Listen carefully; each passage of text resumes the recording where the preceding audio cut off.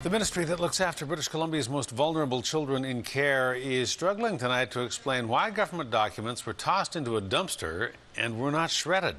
The files appear to contain detailed personal information about children in care and their parents. But despite examining those documents for several days and undergoing questioning by CTV's Stephen Andrew, the government is unable to provide any solid answers tonight, and the opposition says that's just not good enough. The question is simple. How did a stack of documents from the Ministry of Children and Family Development end up in this dumpster? And do they present a privacy breach?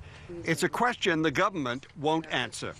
Training manuals, application forms for government assistance, computer printouts of clients involved with the ministry, details of money paid to clients, names, addresses, birthdays, personal health numbers, information the ministry says it protects vigorously. But here it is, tossed into a garbage bin for anyone to see.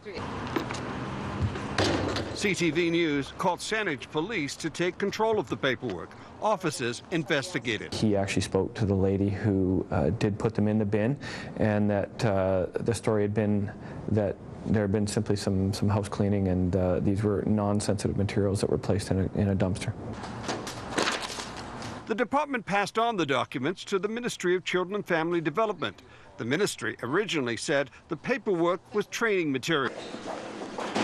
But the government is now backing away from that statement. So we'll be looking at all the information. Again, the priority is to identify those people whose privacy may have been breached and to inform them as quickly as possible. And again, we'll continue to work closely with the Office of the Information and Privacy Commissioner. We've been asking the Ministry of Children and Family Development for days exactly what these documents are, if they're real or they're fake.